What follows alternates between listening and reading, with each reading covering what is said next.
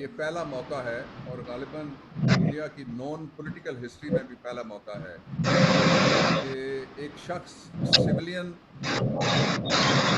Chief executive रहने के बाद जब उनको कैद किया जाता है तो इतने मुकदमात बनाए जाते हैं जो एक बैठी हुई सरकार की गिनती में भी नहीं है।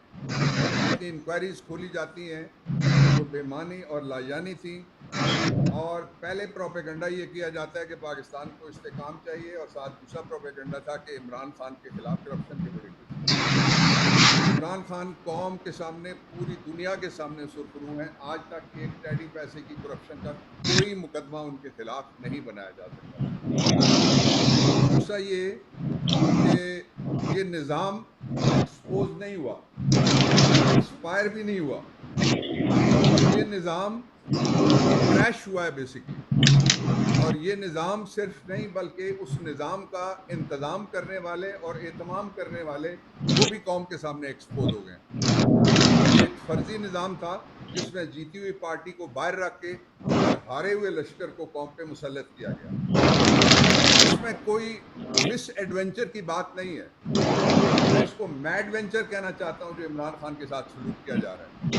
और उसके हवाले से उनकी बहनें और ख़ास तौर पे अलीमा खान, उन्होंने स्ट्रीट मूवमेंट शुरू की थी, उसका एक आधा क्लाइमैक्स आपने देखा लोगों में, आधा क्लाइमैक्स आपने एक जलसे में देखा, बाकी आपके सामने भी रखा जाएगा। एक बात ज़रूर कहना चाहता हूँ, पाकिस्तान में हम किसी कीमत के ऊपर भी, जान एक दफ़ा ही जानी होती है, वो रोज़ नहीं जानी होती, लोगों को आजमाया ना जाए। इमरान खान के खिलाफ हम मुर्सी मॉडल नहीं चलने देंगे किसी कीमत के ऊपर भी, अंधेरे में रखा जाए। आपने देखा था मुर्सी का ट्रायल जब हुआ था तो उसके अंदर, और यहाँ मुमासिलत ये है कि वहाँ जज नज़र नहीं आते थे मुल्ज़िम को, यहाँ व्हाट्सएप पे ट्रायल होता है, जज नज़र नहीं आता मुल्ज़िम को। वहाँ पे पिंजरे के अंदर सलाखें लगा के और मुर्सी साहब की पिक्चर दिखाई जाती थी। इतना इस कदर शदीद वो मिस ट्रायल हुआ, और इस कदर शदीद वहाँ बैनुल अक़वामी कवानीन की भी धज्जियाँ बिखेरी गई।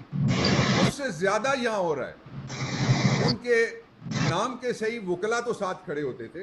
जहाँ इमरान खान को वकीलों की सहूलत से, जो आइन के आर्टिकल 10 में लिखा हुआ है, जुर्म कितना भी शदीद हो, कितना भी कभी हो, कितना भी बड़ा हो, कितना एंटाई सोशल हो, और बेशक जुर्म करने वाला वो जिसने पाकिस्तान की लॉ इन्फोर्समेंट के सामने बैठ के कहा कि मैंने तुम्हारे मुल्क में इन सूबों के अंदर जाके मैंने खुद दहशतगर्दी करवाई है, उसको भी वकील तक रसाई दी जाती है, कौंसल तक रसाई दी जाती है। और इमरान खान को बेटों तक भी रसाई नहीं है, बहनों तक रसाई नहीं है। बेगम जो बुशरा इमरान भी डटी हुई है, उनकी वजह से ये एक पॉलिटिकल हॉस्टेज उन्होंने बनाया हुआ है। इमरान खान को अगवा किया गया और एक सियासी हॉस्टेज के तौर पे उनकी बेगम को भी फिर बंद किया गया। ये नाकाबिले कबूल है, इसके ऊपर सारे ज़राए इस्तेमाल करेंगे। मैं 2-3 बातें इस हवाले से आपके सामने रखना चाहता हूँ। पहली बात यह है कि इमरान खान की सेहत, इसके ऊपर कोई दो राय नहीं हो सकती कि उनकी सेहत ठीक नहीं है, और इसके ऊपर भी कोई दो राय नहीं हो सकती कि मंडेला रूल्स के मुताबिक अक़वाम मुत्तहिदा ये कहती है, पाकिस्तान के प्रिजन रूल्स के मुताबिक हमारा कानून ये कहता है, और तो और छोड़ें मौजूदा चीफ जस्टिस साहब खुद ट्रायल करते रहे। मेरे साथ इन्होंने अटक किले में उस वक्त एक फॉर्मर मिनिस्टर थे, उसके ट्रायल में ये खड़े होते रहे। इनको तो इन्होंने खुद एक ऑर्डर किया हुआ है कि इमरान खान को डॉक्टर्स उनकी मर्जी के दें और नया बोर्ड तश्कील करें। मैं चीफ जस्टिस साहब आपसे दरखास्त करना चाहता हूँ, जो भी जाता है निज़ाम इंसाफ में, मैं भी गया था, एक से ज़्यादा मरतबा मैं गया हूँ एग्जेक्टिव में, मुझे वापस आना पड़ा, बारों में वापस आना पड़ा। आप हमारा हिस्सा हैं। मैं एक सीनियर वकील सुप्रीम कोर्ट के और फॉर्मर लॉ मिनिस्टर की हैसियत से आपसे दरखास्त करना चाहता हूँ कि आप इस जिम्मेदारी को पहचानें। हमें खबर ही नहीं है कि इमरान खान किस हाल में है, हमें खबर ही नहीं है कि वो किस तरह से बंद है। अगली बात, जो इंसाफ का तराजू है इन हालात में, वो खास तौर से पंजाब में और पूरे यहाँ सिंध के अलीम भी बैठे हुए हैं, पूरे मुल्क में अमूमी तौर पे लोग समझते हैं कि इंसाफ का तराजू उठा के इस निज़ाम ने थानेदार के हाथ में दे दिया। थानेदार डेमीगॉड बन गए। और उसके साथ ही जो अगला हुआ है वो इससे भी खतरनाक बात है, वो ये है कि इस वक्त जो निज़ाम है वो सिर्फ शरीफों की बेरोजगारी की वजह से भर्ती का निज़ाम चल रहा है। उसकी मैं आपको मिसाल देता हूँ प्रैक्टिकल। सबसे पहले नौकरी मिली बेटी को, फिर नौकरी मिली भाई को, फिर नौकरी मिली पंजाब में तो दामाद को, और फिर नौकरी मिली लाहौर में बड़े भाई को। ये नौकरी के बगैर नहीं रह सकते, ये ताबेदारी के बगैर नहीं जी सकते।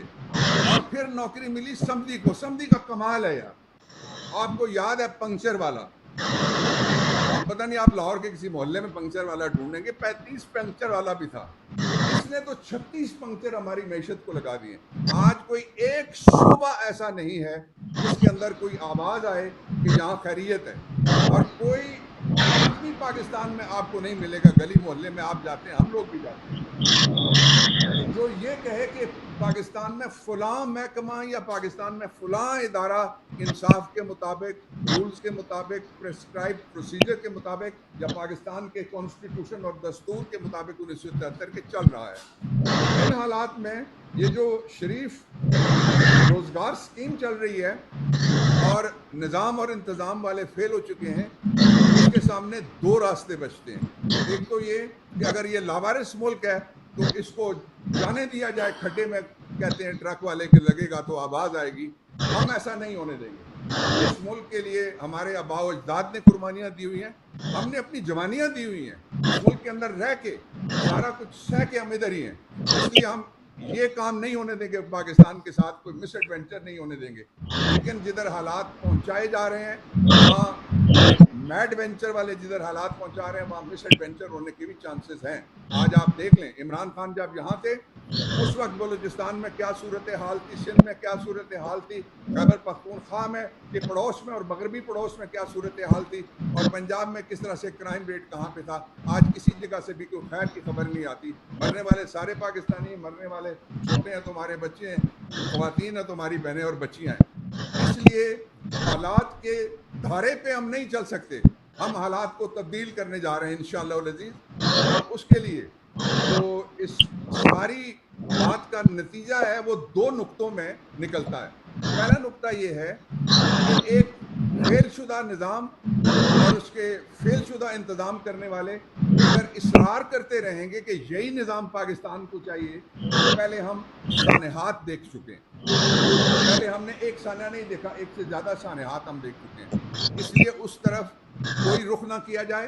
पाकिस्तान के लोगों को दो तरीके हैं, एक ये कि इमरान को रिलीज़ करके, और जो हुकूमत है आप फॉर्म 47 निकालेंगे तो 24 घंटे में पाकिस्तान के अंदर जमहूरियत आ सकती है। ये शॉर्टेस्ट रास्ता है। दूसरा रास्ता ये है कि एक फेयर इलेक्शन कमीशन अपॉइंट किया जाए, एक फेयर प्रोसेस ऑफ इलेक्शन हो, जो वोट देते हैं उनके वोट गिने जाए, वोट गिनने वाले अपनी जेब से निकाल के वोट न गिने, और एक नया इलेक्शन हो। लेकिन उससे पहले फौरी तौर पे दूसरा नुक्ता है वो ये है कि इमरान खान की खैरियत पूरी दुनिया के अंदर आवाज़ें उठ रही हैं। पाकिस्तान, इमरान खान पाकिस्तान की जान है और पाकिस्तान इमरान खान की जान है, लाज़िम व मलज़ूम है, दोनों अवाम के हद तक की और रियासत के हद तक की।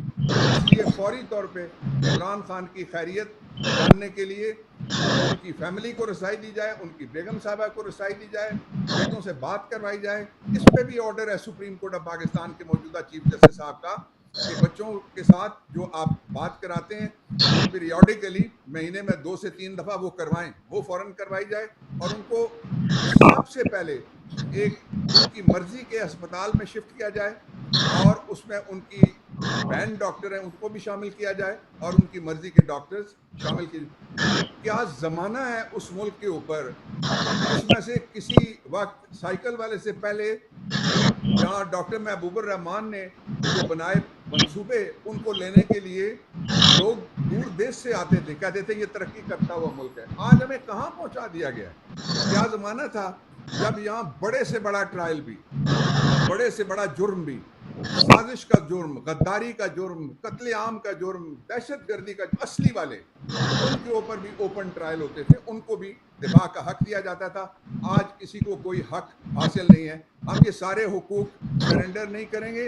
हम इन हालात को बदलने के लिए ये बात कहना चाहते हैं जोरदार तरीके से कि इमरान खान के ऊपर ना कोई कंप्रोमाइज है, ना माइनस इमरान खान है, और ना ही पाकिस्तान तहरीक इंसाफ का के अंदर कोई दो आवाजें हैं। हम एक जगह हैं, हम एक हैं, और एक होके इंशाअल्लाह अजीज हम आगे बढ़ेंगे इमरान खान की रिहाई तक। चैन से नहीं बैठेंगे।